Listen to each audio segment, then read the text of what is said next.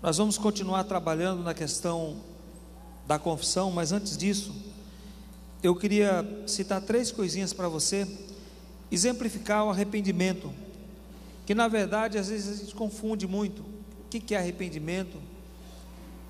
Existem algumas coisas básicas para que você compreenda a posição que você está tomando, tá? Então, 3 coisinhas básicas para exemplificar na prática o arrependimento. Nós encontramos em Lucas 15, do 11 até o 32, encontramos a parábola de Jesus sobre o filho pródigo, ilustrado, essa ilustração, obrigado, Tiago, viu? Essa ilustração perfeita do que é o arrependimento. Quando o filho pródigo, estava perdido, voltou para a casa do pai. É uma figura da nossa relação com Deus. 3 coisas aconteceram nesta mudança de atitude, porque na verdade o arrependimento é uma mudança de mente, que o resultado é a atitude interior que é mudada, tá? Então a primeira mudança ocorre no versículo 17. Alguém lê para mim, Lucas?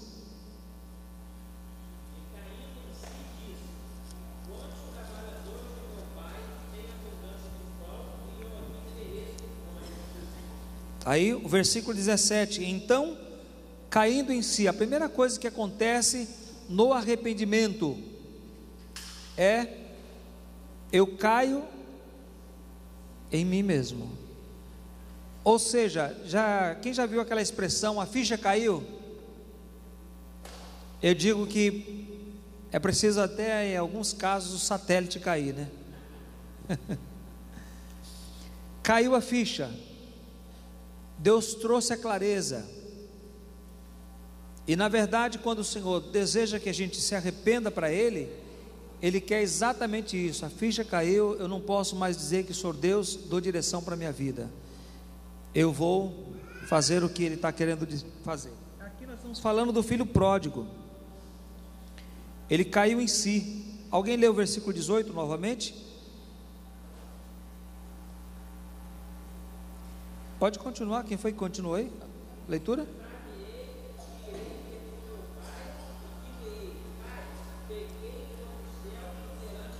Ok, o versículo 18 fala da mudança da vontade.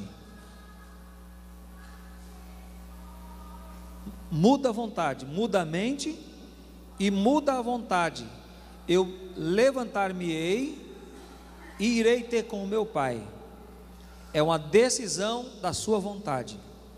Então muda, deve haver uma mudança radical, literalmente, que deve acontecer na sua vida e na minha vida também. E no versículo 20, nós encontramos a terceira coisa.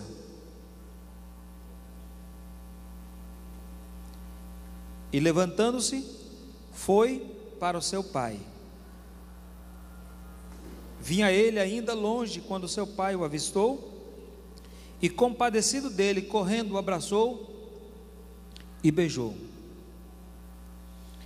Então, 3 coisas para ilustrar o que é na verdade o arrependimento. Esse rapaz, você sabe a história que aconteceu com ele, Jesus contou, é uma realidade, uma parábola, né?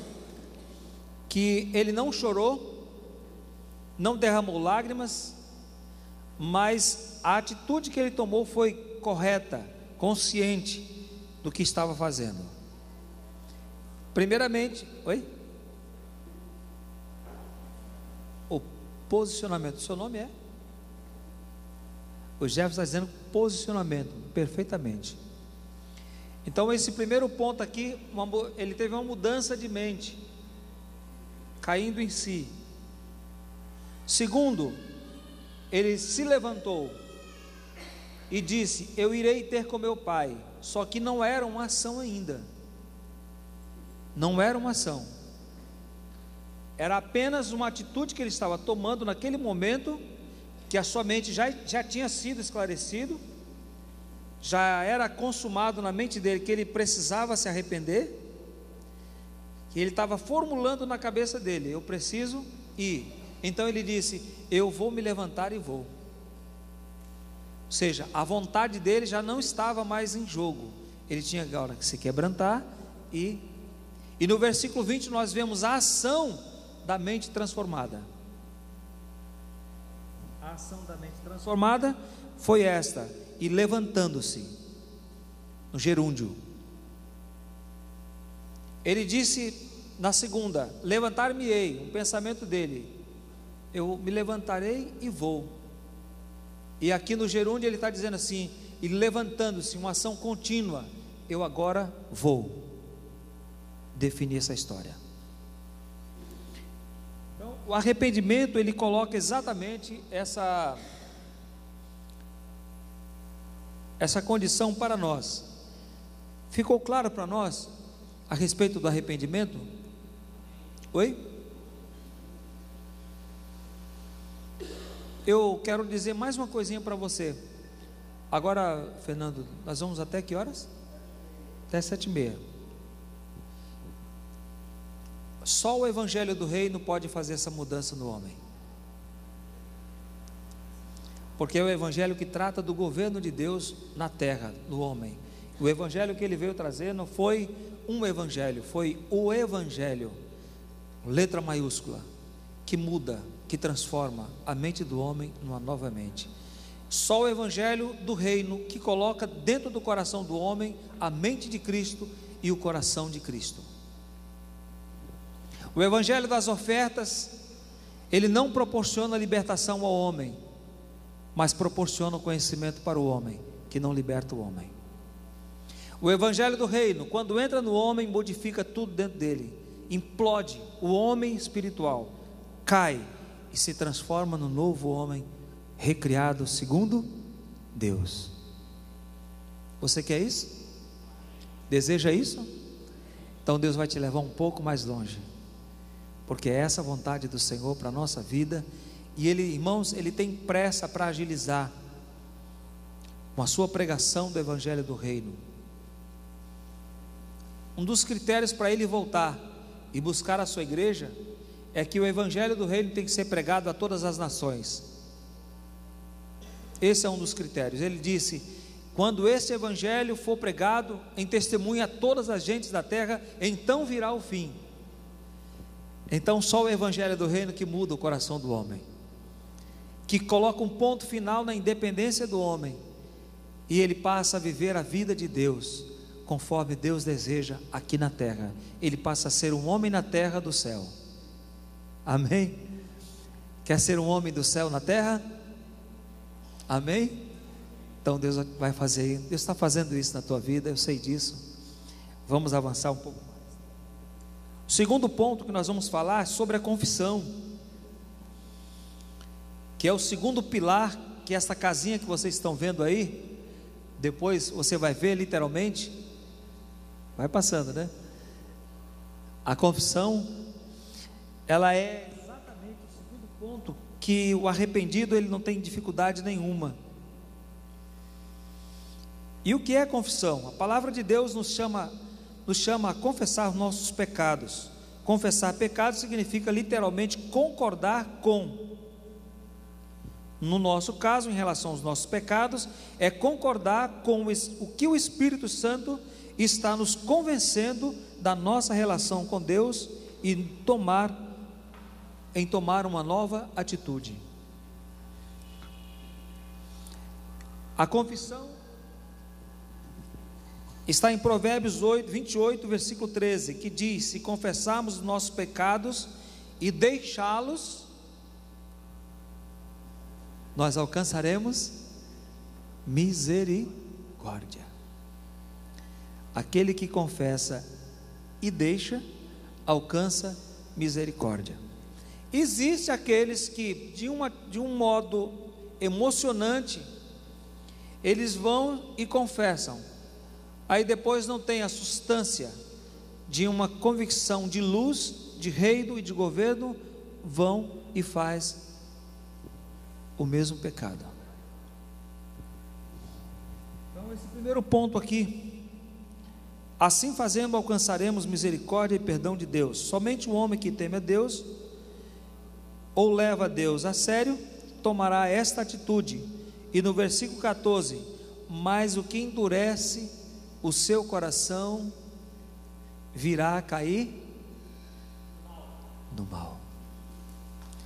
Ou seja, aquele que endurece o seu coração, sabe o que fez, sabe o que tem que fazer, o passo que tem que dar, mas endurece o seu coração. Aí o texto diz assim: esse virá a cair. Uma outra coisinha, deixa eu ver aqui. Confessar pecados é sair das trevas e ir para a luz. Andar na luz envolve decisão e confissão, exposição voluntária. Deixa eu abrir um parênteses aqui, irmãos, porque confessar pecado não é fácil. Não é fácil.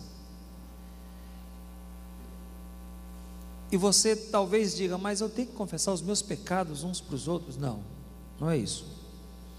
Nós estamos dizendo que você tem uma pessoa de confiança para que você possa chorar, para que você possa confessar, derramar suas lágrimas, oração, porque são pessoas confiáveis, transparentes, são pessoas que vão segurar a sua vida, fortalecer a sua vida, amar a sua vida, tirar os carrapatos, carrapichos, e permitir que você ande com saúde, permitir que você possa viver uma vida saudável diante de Deus.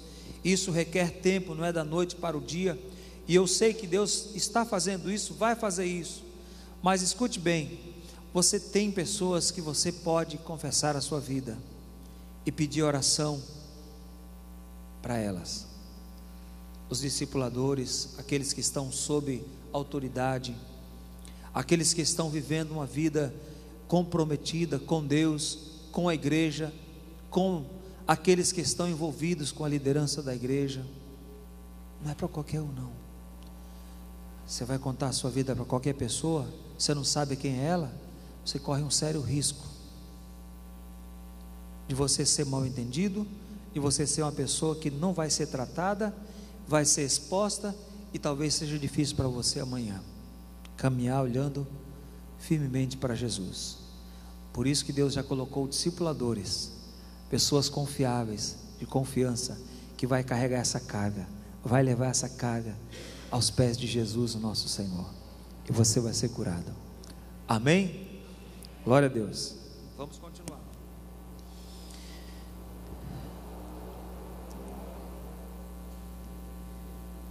Em Jó 31, 33, 34, diz o seguinte: se como Adão encobri as minhas transgressões, ocultando o meu delito no meu seio, porque eu temia a grande multidão e o desprezo das famílias me apavorava, de sorte que eu me calei e não saí da porta.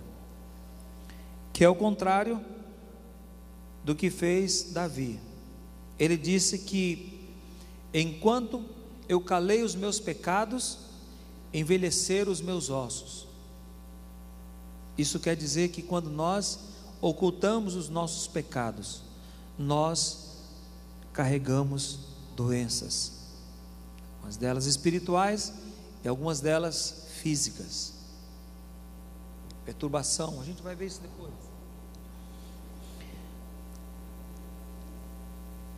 Só a confissão com arrependimento pode produzir cura e perdão. Quando ocultamos os nossos pecados, buscamos a nossa justiça própria. E há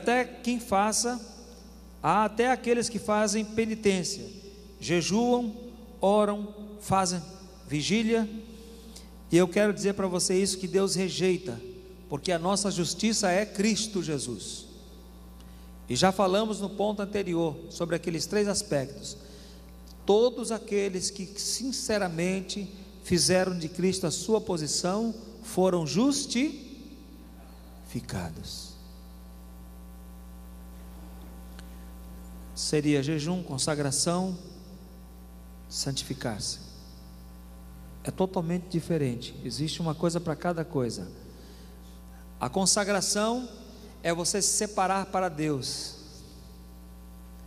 e você confessar significa que você está querendo ser santo para Deus, sem peso de pecado, sem aquela turbulência na mente. Isso é o que diz a palavra de Deus. Tiago 5,16 diz o seguinte: que se confessarmos as nossas culpas, a Bíblia diz que o Senhor nos perdoa, Quando nós confessamos para Deus, nós somos perdoados. Mas quando nós confessamos para os nossos irmãos, nós somos curados. Porque a possibilidade da cura de Deus vinha através da vida do nosso irmão, da vida daqueles que estão cobrindo a nossa vida, cuidando, pastoreando a nossa vida. Então nós podemos com firmeza nos tornarmos firmes no seu reino. Lembra bem, eu não tenho dificuldade de dizer quem eu fui.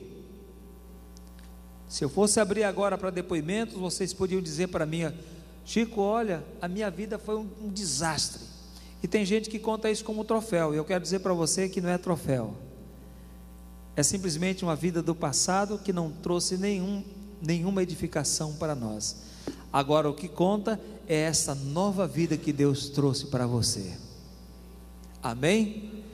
Isso é o que conta, porque é o resultado da vida de Cristo Jesus. A outra era a vida antiga, velha, não sei se posso chamar de vida, era a vida antiga, feita na carne, com a minha vontade, com a ajuda do meu corpo, tá? Porque o meu espírito estava morto. Então, como deve ser feita a nossa confissão de pecados? A nossa confissão deve ser entregar a Deus o direito de me justificar. Então isso significa que eu não tenho o direito de me justificar perante ninguém. Só Deus pode me justificar. Ah, mas irmão, mas eu fui injustiçada, eu fui injustiçado. Não importa, é Deus quem? É Deus quem te justifica. Ou seja, é Deus que te faz justo, ficar justo. Justifica, fica justo. Então a nossa confissão, ela deve ser clara e total. Confessar é pedir perdão, é dizer com a boca o que temos feito, e reconhecer o seu pecado e não ficar explicando ou justificando, que é o que acontece várias vezes com as pessoas. Ao invés delas trazerem a confissão, ela fica justificando o pecado, porque ela quer ser curada, então ela justifica o pecado. Só que não é o pecado que vai ser justificado, o meu espírito já foi justificado. Amém?